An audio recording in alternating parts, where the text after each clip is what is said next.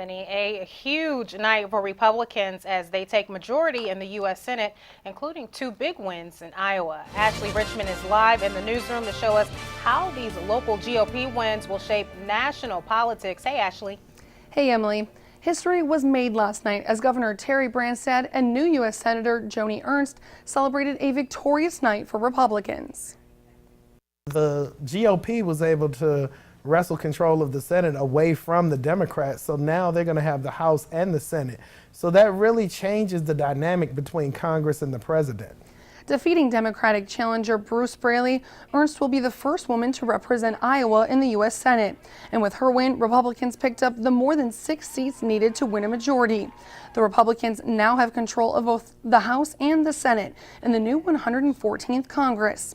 The GOP could wind up with the biggest House majority since Harry Truman was president 60 years ago. Thank you, Ashley. So what message were voters trying to send at the polls yesterday? Well, Emily, a lot of political leaders on both ends of the spectrum are saying their takeaway was that voters just want Democrats and Republicans to work together. But even with all the new faces getting elected, it's clear that Iowa voters are still putting their confidence in some of the incumbents, as Governor Terry Branstad was elected for a 6th term and will now be the longest serving governor in U.S. history. I'll send it back to you for more on that. Live in the newsroom, Ashley Richmond, CBS4 News This Morning. Thanks, Ashley. That's right. Terry Branstad was governor from 1983 to 1999 and then was re-elected in 2010. Branstad was challenged by Democrat Jack Hatch, who trailed throughout the campaign. Hatch says his defeat means constituents have to work that much harder. It's time to go forward and to challenge our leaders. Ask them to give you more. Ask them to reach out farther. Ask them to do what you wanted in this election that we have not done. We've laid the foundation to make Iowa the envy of the nation. And I'm proud to say we're well on our way, but we're not done yet. Branstad's re-election earns him an unprecedented 6th four-year term. On the other side of the river, with 98% of the votes in, Republican Bruce Rauner has defeated Democratic Illinois Governor Pat Quinn by 5 percentage points in a 51-46 race. Chris Langlois was at Rauner's camp last night for the governor-elect's victory speech and shows us how the night was celebratory while also looking forward. A changing of the guard in the U.S. Senate from Democrat to Republican, and also a changing of the guard here in Illinois with Governor-elect Bruce Rauner winning the governor's seat last night. Are you ready for a new direction? Are you ready to bring back Illinois?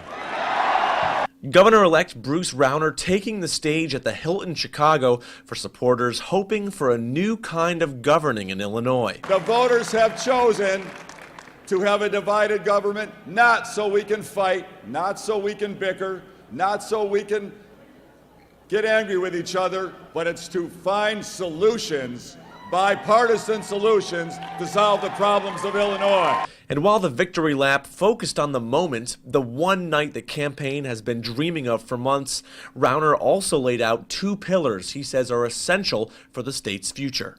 We need Illinois to be competitive, and we need Illinois to stay compassionate. We can't do one without the other. They are both critically important. Entering the night in a virtual tie against incumbent Democratic Governor Pat Quinn, supporters had mixed feelings. You know, I was really surprised. I kind of thought that, I honestly thought it was going to go the other way, so I'm super excited that it's going to be a red Illinois a little bit. I think the state really felt that, you know what, we need to go in a better direction, and people spoke. A lot of friends of mine who historically vote for Democrats all voted for Rauner today. And so we were hopeful based on that anecdotal information. And with one speech, months of hoping and wishing became reality. Let's shake up Springfield. Let's bring back Illinois.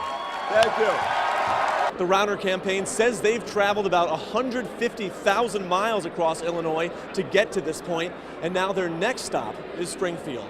Reporting in Chicago, Chris Langlois, CBS4 News This Morning.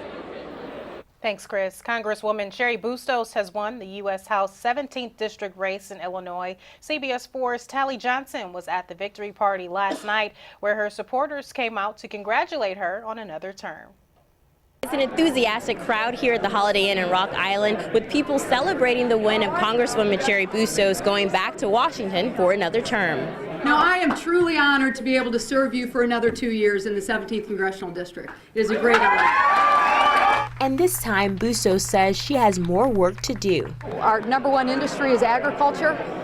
We passed a 5-year farm bill, so I want to make sure that those rules, as they're rolled out, are fair to our family farmers. But more importantly, it's looking out for the people who I picture every day when I go out to Washington. It's senior citizens, it's veterans, it's the middle class. And Bustos supporters say they look forward to how she will improve the state now. We're just so excited that Cheri won again. She stands for so many things that the rest of us stand for and the things that we're interested in. And over at the city limits in Rock Island, Republican candidate Bobby Schilling thanked his supporters for a hard-fought campaign. To our supporters and volunteers, Christy and I want to thank you from the bottom of our hearts. While Schilling didn't win the seat in Congress, he says the Republicans have made great strides in the state.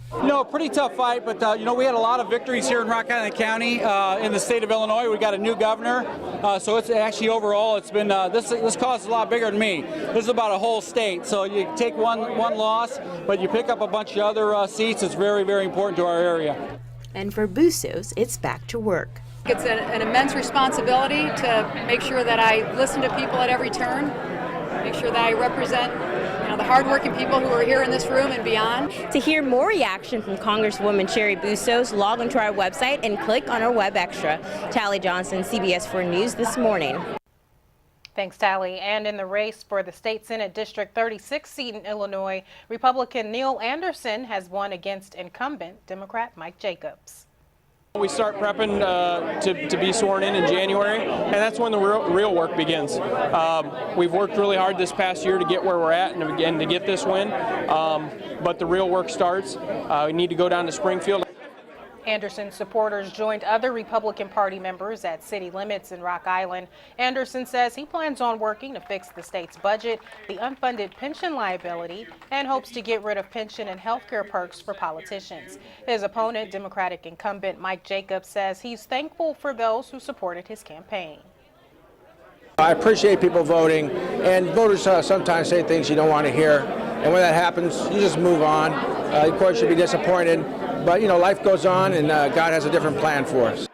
Jacobs has been representing the Illinois 36th District since he was appointed in 2005. Good morning to you again, Anthony. So this has really been sort of consuming us for a while now. I know folks are happy to kind of get a break, at least from the political ads. Yeah, and and I'm sure even the politicians are ready for a break, because when they're out hitting the pavements and trying to get your support, it probably is draining on them. Yeah, I bet it is a lot of work. So as we're all sort of breathing easier, I guess, this morning, what kind of weather can we expect? Well, we can be rewarded today by a very nice day out across the Mississippi and Illinois River valleys. Look at the nice sunrise with those high, thin clouds blowing in. We're going to see warm temperatures today, and I hope you enjoy it, because we do have a chill on the way to the area. You're watching CBS4 News This Morning. The time now is 6:42. Your full forecast is up next. You're watching CBS4 News This Morning with Emily Scarlett and meteorologist Anthony Peoples. This is CBS4 News This Morning.